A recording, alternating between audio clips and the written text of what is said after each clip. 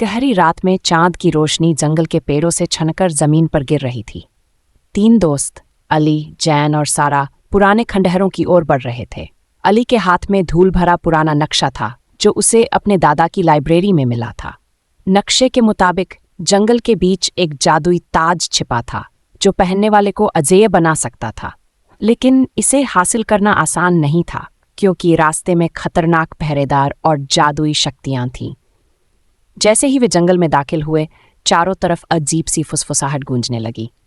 जैन घबराकर बोला, मुझे अच्छा महसूस नहीं हो रहा। लेकिन अली ने आत्मविश्वास से कहा, हम बहुत करीब हैं, अब पीछे नहीं हट सकते।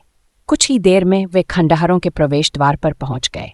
जैसे ही उन्होंने अंदर कदम रखा, जमीन कांपने लगी और 2 विशाल पत्थर के पहरेदार जिंदा हो गए। उनकी नीली आंखें चमकने लगीं और वे धीरे धीरे आगे बढ़ने लगे।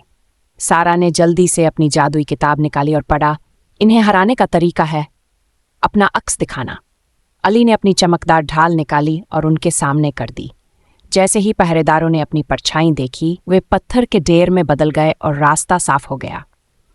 अंदर उन्होंने देखा कि एक दीवार पर पहेली लिखी थी, मैं वो चीज़ हूं जो अंधेरे में चमकती हूं लेकिन रोशनी में नहीं दिखती। मैं क्या हूं? जैन ने सोचा और कहा, परछाई। जैसे ही उसने जवाब दिया, दरवाजा खुल गया और अंदर से सुनहरी रोशनी निकलने लगी।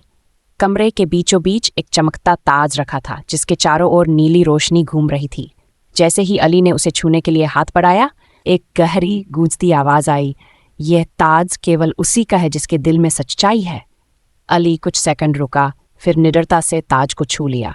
अचानक पूरा कमरा तेज रोशनी से भर गया और अली के दिमाग में एक प्राचीन राजा की यादें आने लगीं। यह ताज ताकत के लिए नहीं, बल्कि अच्छाई की रक्षा के लिए था। तीनों दोस्तों ने ताज को सुरक्षित जगह पर रख दिया ताकि कोई बुरी ताकत इसे हासिल न कर सके। लेकिन अली जानता था कि यह तो बस शुरुआत थी। दुनिया में और भी कई हिस्से थे और वो उन्हें करने में तैयार था।